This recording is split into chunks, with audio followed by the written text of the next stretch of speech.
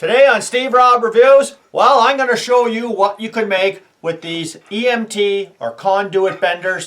They have thin wall conduit, thick wall conduit, and these are two of the benders I have. One is 1/2 inch, one is 3/4. And I'm going to show you what you can make with one of these. Now, I'm not going to actually show you how to make the whole design, but I'm just going to show you exactly what I built with them and how handy these come in. Now these particular items here, you'll see in the electrical trade where they run these galvanized steel tubing around walls, in between receptacles and electrical hookups to actually protect the wires inside. But I have never used it for that yet. So for me, I'm going to be showing you how I use this for decorative pieces, and of course this is going to be for the birds. So let's go take a look at it and see what I mean. Well, it's springtime now, but it wasn't when I built this. It was -20, and I'm going to show you something here. This is just fastened in here like this, and that's all I did to fasten that in with. And this is the conduit here, and you can see the particular shape.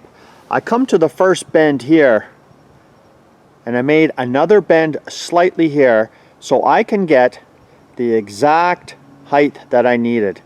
And this is about 2 inches higher than I am, so it's about 6'2".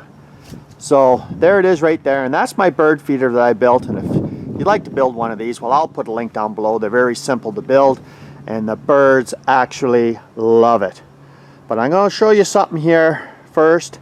I want to show you a little bit of a clip. So I'm going to show you this clip of my buddy the squirrel. I've got lots of squirrels here, and they are about as smart as you can get.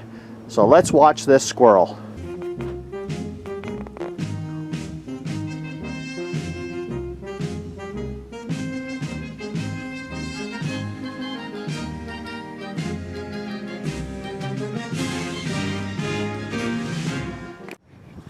Well, what I didn't show you in that clip was, yes, I tried all kinds of contraptions up here to keep the squirrels out, but no, they climb right up, and eventually they figured out how to go over top of that piece of metal flashing, and they were getting on to my bird feed. So how did I resolve that? Well, this is exactly what I done right here. Is at the time it was about -20, so I just got this can of cooking spray, and you can use any one that you want, and it doesn't really show here, but I'm telling you what, from here on the pipe, right before the, like right around the bend here, right down to here, I sprayed that cooking oil, and that cooking oil just adhered to it at -20 like you wouldn't believe. And now when the squirrel comes up, he'll come to that spot where it's lubricated with the cooking oil. I don't recommend using grease or anything, you know, on the little furry guys, but just the cooking oil is fine, and they would slide down. They can't make it up the pole anymore. And you know what, for me that's a win-win, and it's pretty hard to beat a squirrel. Well, if you've never owned one of these are very inexpensive. For me, up in Canada, I bought these at Princess Auto for like $40 on sale, I believe. They're very easy to operate. And you know what? I'm going to show some more in the future of all the different things that I make out of that conduit. Now, one length of that conduit, 10 feet long, is 15 bucks.